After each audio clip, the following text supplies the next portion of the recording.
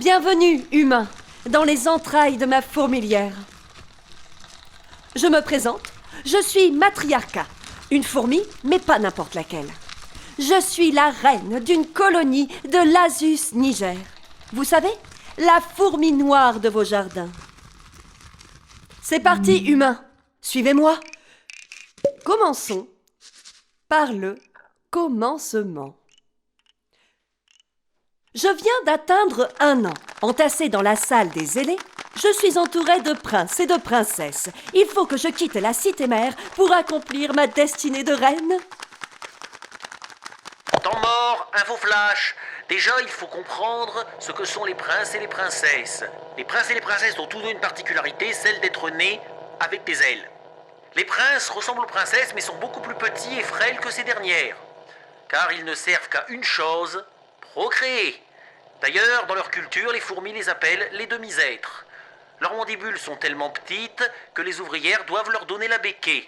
Grâce à nos ocelles, 3 petits capteurs que seuls certains insectes ont, nous savons que les conditions climatiques sont réunies pour quitter la fourmilière. Les princes d'un côté, les princesses de l'autre, afin d'éviter la consanguinité.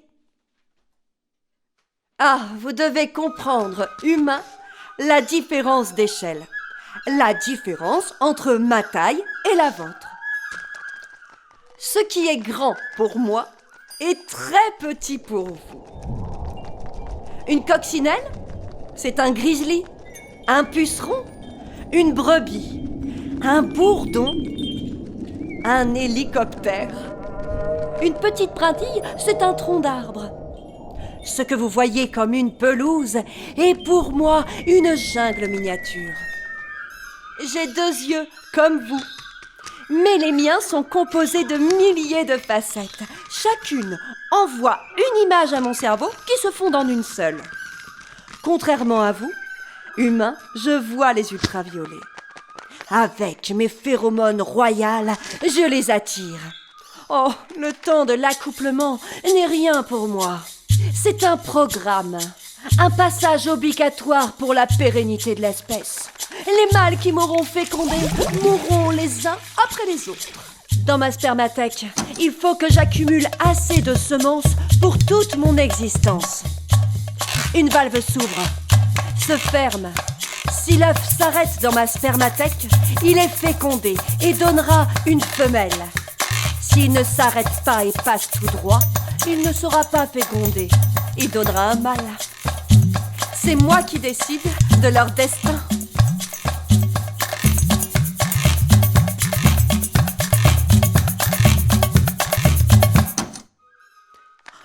Un prédateur pourrait surgir.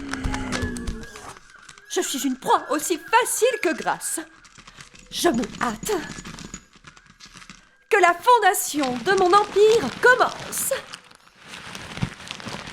Au bout de 20 jours, mes premières filles commencent à creuser mon royaume. Moi, je peux souffler et me consacrer à mon seul travail, la ponte. Si je tombe, c'est toute la colonie qui s'effondre. Oh. À bientôt, chers humains, au détour d'un chemin. Top, info flash. Chaque individu du peuple de Matriarca a son rôle et sa fonction qu'on appelle des castes. Les ouvrières, qui sont stériles, se déclinent en 3 catégories. Les minors. Les minors sont les plus petites de la colonie. Elles dorlotent la reine, ses œufs et ses larves. Les médias.